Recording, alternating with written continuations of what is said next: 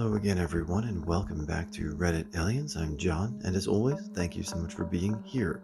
We've got a great topic with lots of opportunities for you to add on to. Let's do it. What is the eeriest or most depressing city or town in the world? Please remember to like, share, tell us yours, and subscribe. I once accidentally drove into this American town called East St. Louis and never saw any place that bad ever since. So many towns through the Australian Outback, places where people go to disappear or rather not be found. Rough places with absolutely nothing even remotely resembling any endearing qualities. Towns that are purely functional with only the barest essentials available and anything like a shop days drive away, often more. You rock up and your first thought is you've stumbled into Wolf Creek and this isn't a place you should be. Strangest thing though, doesn't matter what it looks like, how inhospitable a place seems, you'll inevitably meet the nicest people ever. People who'll give you time, want to talk and laugh with you. Of course, there's the odd screwball every now and then, but on the whole, just genuine people. Stockton, California.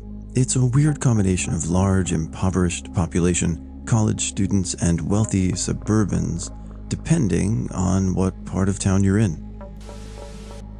Bakersfield, California is mildly awful. As a teenager, I was fascinated by the industrial suburb of Zagreb, Yugoslavia, with their bleak concrete architecture and bleaching smokestacks. For sheer desperate poverty and absolutely mad chaos, Lima, Peru is in a league of its own. In the US anyways, is Centralia, Pennsylvania. It's the town Silent Hill is based on. It had a population of like 7, and there's still a coal fire burning under the city. The reason the church was a focal point in the movie was because it's the only building they've renovated and got the state to fund. Probably Kitsault, British Columbia, Canada. A former mining town, Kitsault's modern town was built by the American company Phelps Dodge during the molybdenum rush of the 1970s to house over 1,200 residents.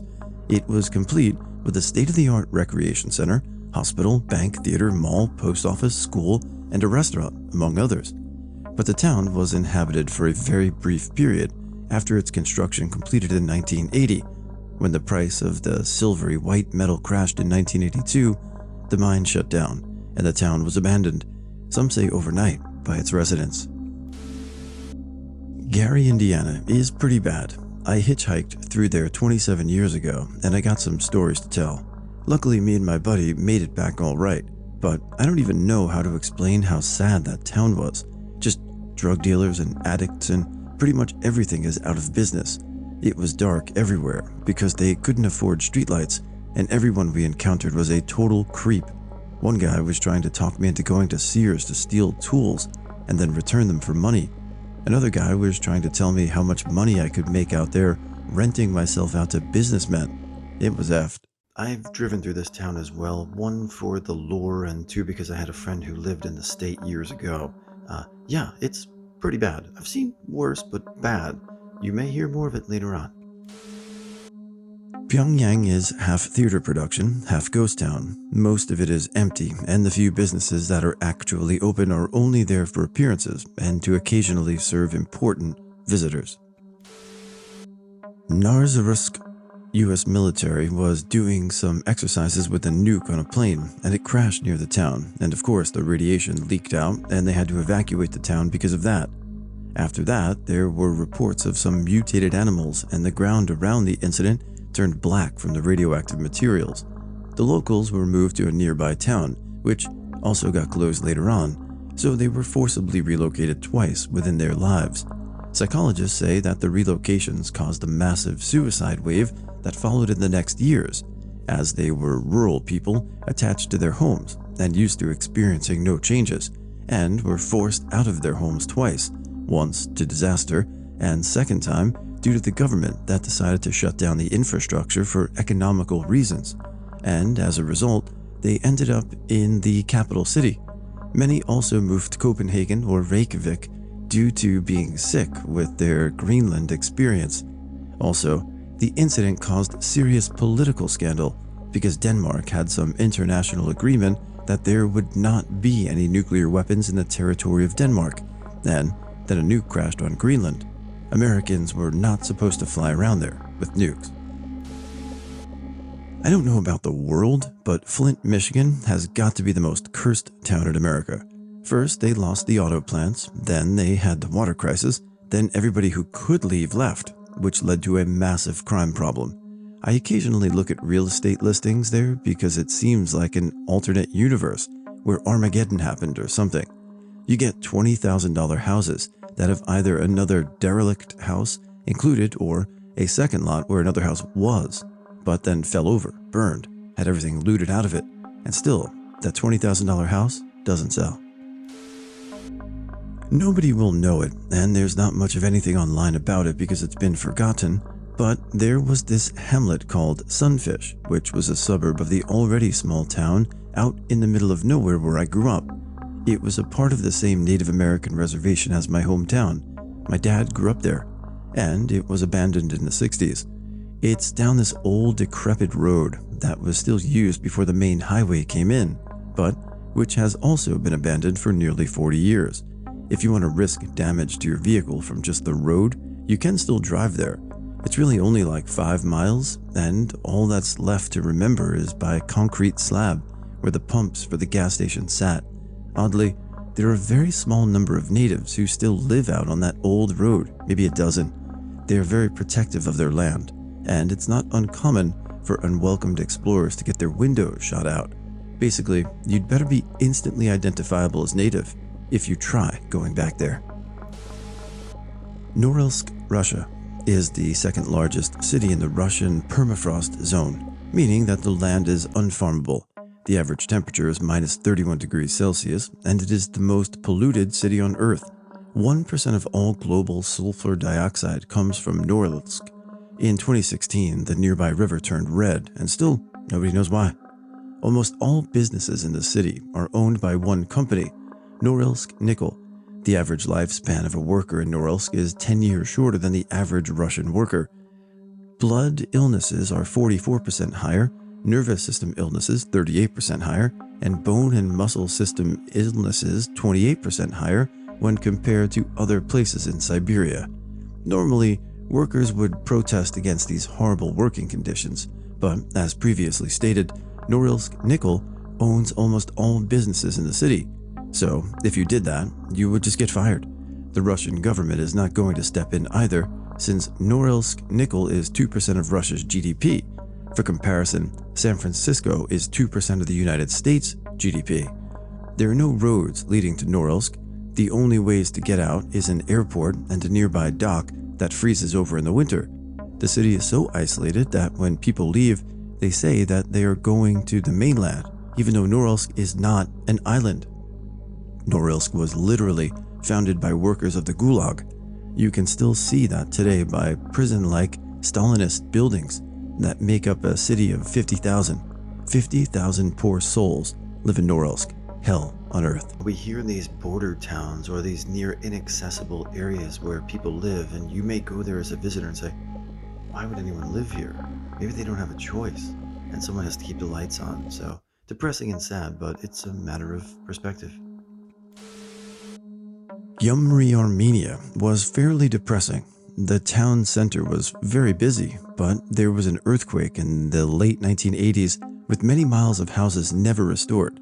I visited in 2019.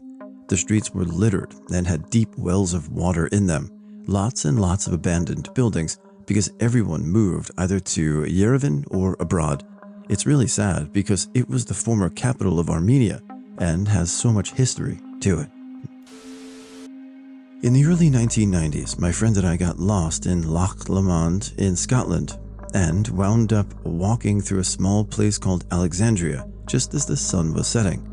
It might be vastly different now, but all we saw were kids and young teens standing in their doorways staring at us with our backpacks as we walked through the streets. It was very quiet and very run down. Nobody said a thing. They just watched us. We were a little freaked out. There's a town, I want to say in the west of the USA, has a woman's name like Juliet, California, or Suzanne, Nevada, or something. all the stories of the place are weird. Black helicopters, strange radio stations, bizarre goings-on. If someone knows what I'm talking about, let me know. I want to read up on it again. According to almost every source on Google, Norilsk in Russia is the worst and most depressing city in the world, with no roads going there and the air pollution being so bad you can hardly breathe fresh air. Not only that, but Norilsk has almost no trees in the city either. They're dead or have been cut down. I might add that my cousin went there after somehow obtaining a permit to go there back in 2015, and he said it is literally blocks of concrete buildings with very few parks. He said there were literally no green fields or grass anywhere, and the city is just a terrible place to not only live but to go to. He also added that to get there you have to get a small plane from the closest city with roads going to it, which is a few hundred miles away. Gary, Indiana, Part 2. Gary has 75,000 residents, but lost 6% of that from 2010 to 2018 because of the miserable conditions. Just over half the population works, and 38% of the population lives in poverty. The streets are littered with trash and abandoned buildings. Simply living in the area is a health hazard, and the population is plummeting drastically because everyone either dies or leaves. Gary is by far the most depressing place in the world. Atomic City, Arco, Idaho. I haven't been there, but my friend's family have been there on a road trip. It was the first city to be powered on nuclear energy, and you might guess how that turned out. My friend's mom showed me some pictures of a forest they had to drive through, and everything looked mutated or dead. She said that they had to drive through it for about an hour, and every couple of minutes there was apparently a sign telling you not to slow down or stop. Even thinking about it gives me chills. Just came back from an interesting experience. I spent a year doing language immersions outside a small Midwest university town. There are these tiny model villages surrounding a nearby lake, one per language. There are 8 with plans for a 9th. Every village is set up for children to attend camp and do all camp things in the foreign language in summer. Rest of the time is business and adult programs, as well as using it for teachers and legal continuing education. During the summer, it's basically a beautiful, magical place. Imagine plunking down a bit of a country right in the middle of the North Woods in the US. They're all also very remote, and they're so fun. Can testify. Love it at my chosen camp. Every sign, book, and down to the tiniest piece of architecture and food you eat is accurate. But as an adult, I attend with a small group in the off-season, 20 people, including the campers, 3 counselors, the cook, and an AmeriCorps volunteer, in 3 or so square miles of deep woods meant to accommodate 200 in authentic housing. All that unused space and decades of energy, along with the fall woods and how nature always tries to retake the space over time, is peaceful, but really creepy as well. Everyone clusters up together in the few main buildings and won't go off alone. I read about the people who winter over on polar stations, where there's a bare-bones crew only to run things. Being at that camp with a small group has the same feeling. So I've never heard of this town or workshop or campsite, whatever it may be called, but I would love to know more. So if anybody does know anything about it, please let us know in the comments section where this is and if they've ever been there. I used to drive from Michigan to Chicago frequently, and I loved the portion of the toll road that went past Gary, Indiana, and that area. All the old abandoned factories were so weirdly beautiful. I liked it. Centralia, Pennsylvania. Centralia is a borough and near Ghost Town in Columbia County, Pennsylvania, United States. Its population has declined from 1,000 in 1980 to 5 residents in 2020 because a coal mine fire has been burning beneath the borough since 1962. Vorkuta used to be a coal mining town, but after Vorkuta camp was liquidated by order of the USSR Ministry of Internal Affairs and eventually closed in 1962, many Soviet citizens who were former prisoners remained living there, either due to the restrictions on their settlement or their poor financial situations, or having nowhere to go. Damn depressing if you ask me. I don't remember the name, I bet you do, but I know there are 2 places, both in the United States. In Pennsylvania, there's a city, it's Centralia, with coal mines burning for more than 60 years, and the other place a small town also in the United States with only one inhabitant, a lady who has all the possessions of the place and lives absolutely alone.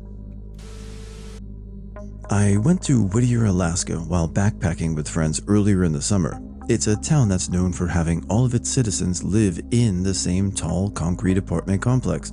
Extraordinarily eerie to walk around. The town is so small and right on the Prince William Sound, and there's a sense of forgotten importance that permeates the place. After learning its history, that sensation definitely made sense. I've never been to a place as unsettling yet mystifying as that. Valdez, Alaska, known for a pretty severe oil tanker spill in the late 80s. I got spooky vibes from that place. There's also a lot of places in Pennsylvania where it's gloomy and overcast all the time. The roads are lousily marked, and all of the farmland looks the same. You cross into I-81, and it's like driving into a cumulus cloud. You can't see the sun, so there's no telling what time it is or how much time has passed. You can't quite tell if you're lost or just impatient. It was literally the worst part of driving to New York.